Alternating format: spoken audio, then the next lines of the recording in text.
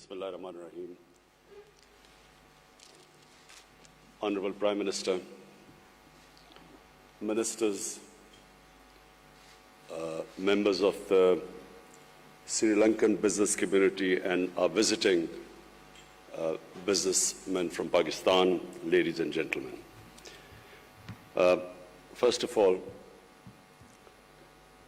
I want to thank the Prime Minister for one of the most enjoyable evenings I had in a long time last night. Partly because, of course, Corona, we never had evenings like that.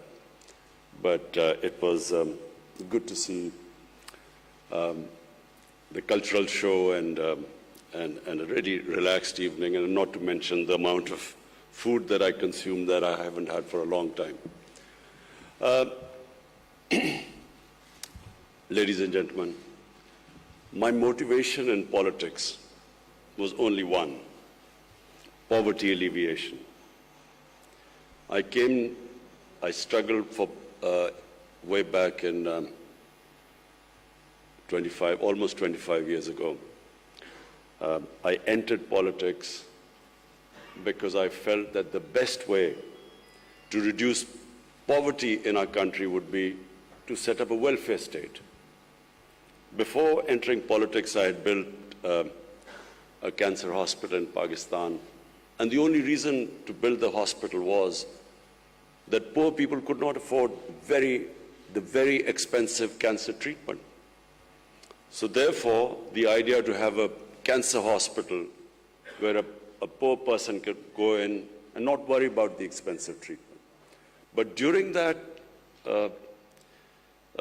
time when I was building the hospital, I began to realize that in a country of right now 220 million people, the only way you can help the majority of the poor people is if you build a welfare state. And so that was the motivation.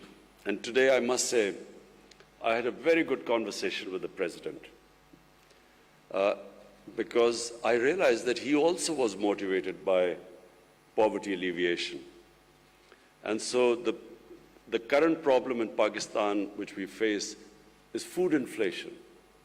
And so we were discussing how to bring down the prices of food items. And so we came up, he told me how he went to China, and he actually visited various farms from where he discovered that how the Chinese how they had reduced the gap between the wholesale and the retail. So previously, and in our country right now, what the farmers produce and what that produce is sold in the retail shops, there's a huge gap. And so the Chinese reduced that gap through technology. And so I must say, I thank the President, because I'm immediately going to go back and bring in technology to reduce this gap. The other way we can reduce poverty is through investment, is through promoting profitability, business. And so that's my second emphasis right now.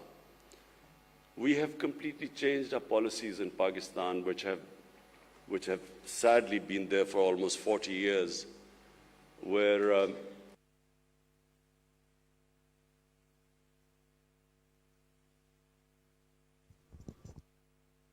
the whole government structure, the bureaucratic structure, evolved such that it was an impediment in the way of investment and the business community. So this whole mindset we have been trying to change in the last 2 years, and removing all the impediments, which translates into the expression ease of doing business. And we have really improved 28 spots. We've come down. Our ease of doing business has improved according to the World Bank. And so the whole idea is that we generate wealth, and from that wealth we can then spend on the bottom half of our population and lift them up from poverty, which is actually what China did. And China, I must say, one thing I admire about them is that no country in human history has ever taken out almost 700 million people out of poverty in 30 to 35 years. It's never been done before. And so this is something which, your president and I had a long conversation. And of course, I've been emphasizing since we've come into power. So the reason behind backing our businesses, the business community and investment, is that if the final goal is to alleviate poverty, create wealth, alleviate poverty. The third thing you need to create wealth in any country is stability, is political stability, is having good relationship with your neighbors.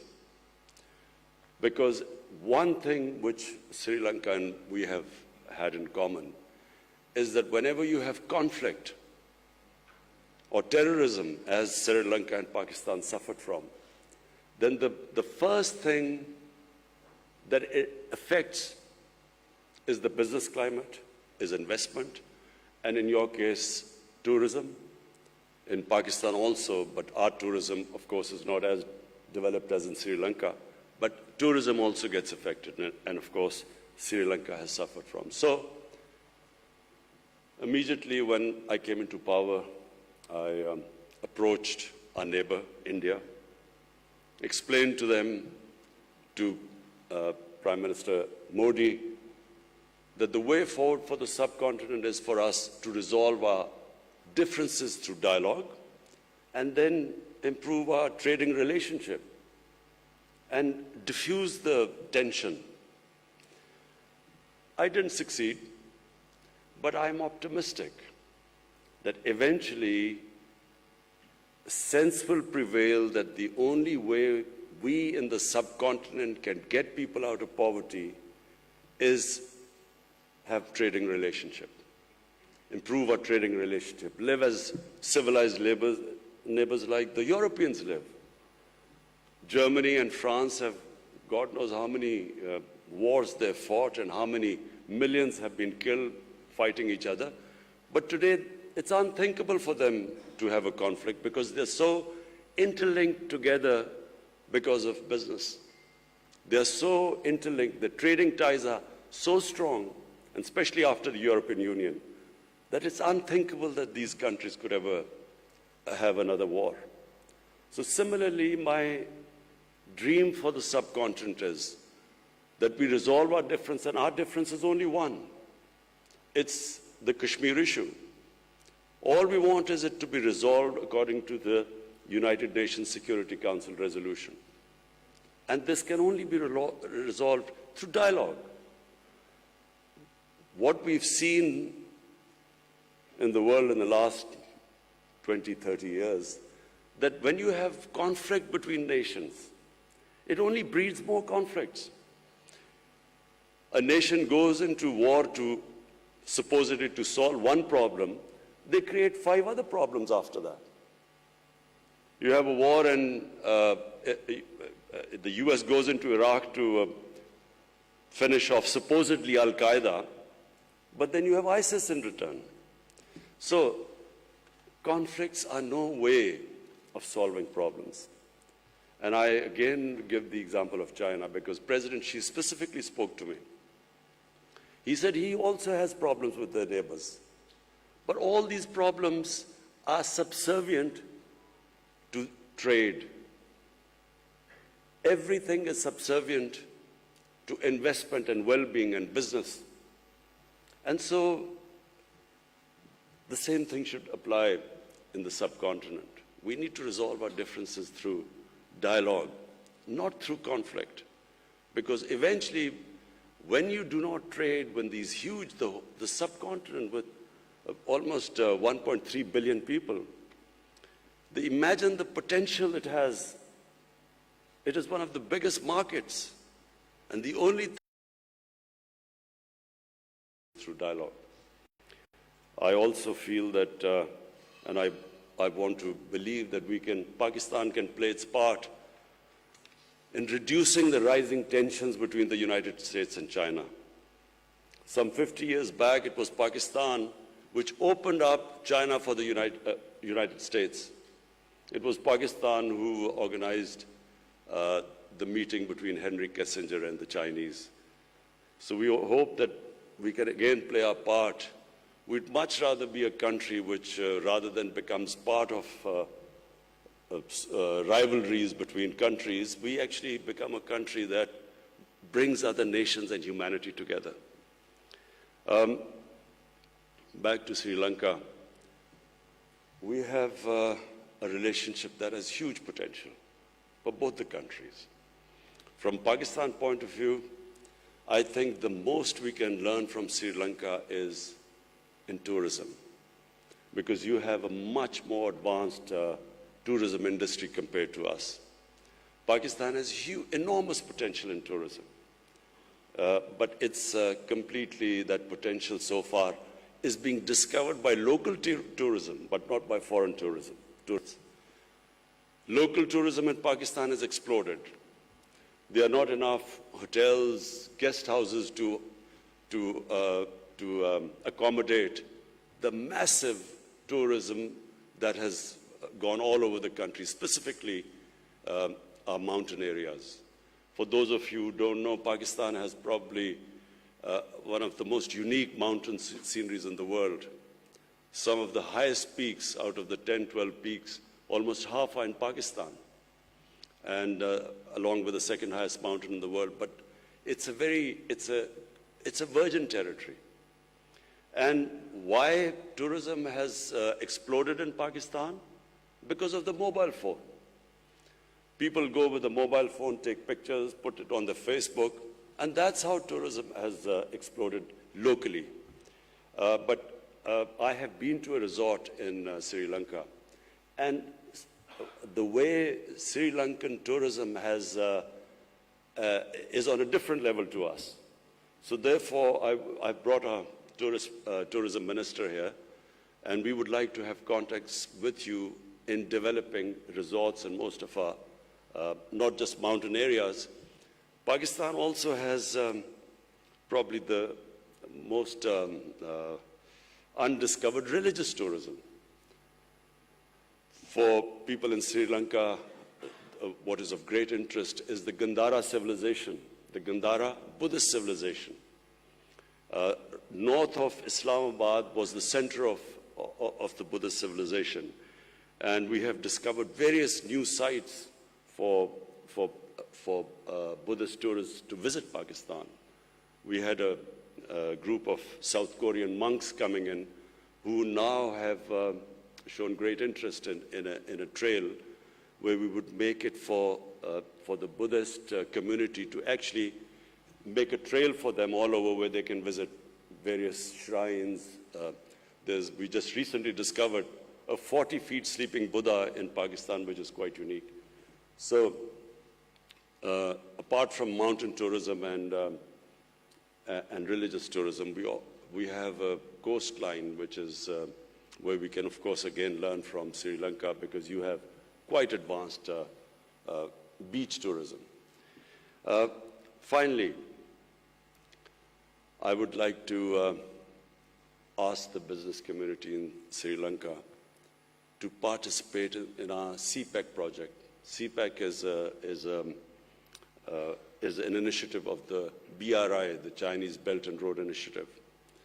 And it opens the opportunity, as our Commerce Minister just mentioned earlier, that it opens the opportunity of Sri Lankan businesses right up to Central Asia. It gives you an opportunity of connecting from Gwadar, which is the port, right up to Uzbekistan and the Central Asian states. And this is the connectivity which Pakistan offers, along with, in CPEC, we have these special economic zones, which give incentives to businesses to set up industry there. So I invite the Sri Lankan businesses, investors, businessmen. You can come over to Pakistan, and we'll be hosting you. Meanwhile, we brought our Pakistan business community, top businessmen here, who will be interacting with you and discussing various ways which would be of mutual benefit to both of us, both the countries. I again thank the Prime Minister for inviting me to Sri Lanka. I extend my invitation to you, Mr. Prime Minister. We look forward to seeing you. And finally, about cricket, I saw the evolution of Sri Lankan cricket team from a non-test playing country into a country that actually won the World Cup in my hometown, Lahore. And I never thought I would see that happen. But the emergence of the Sri Lankan cricket team was actually, for us in the subcontinent, a source of great pride, because it meant that, it was another team which could challenge the best. And yes, the answer about more interaction in sporting relationship, yes, because nothing improves the standard in countries more than when you have countries playing each other in various sports. Number one, cricket, because this is a passion in both the countries. But in Pakistan, our squash teams have been of very high quality, and of course, our hockey team. So we would start our interaction in these areas too. Later on, of course, I'm going to a sports event, so I'll talk more about it there later on. I again thank you. I want to thank our Ministry of Commerce and our Foreign Office for organizing this event. Thank you.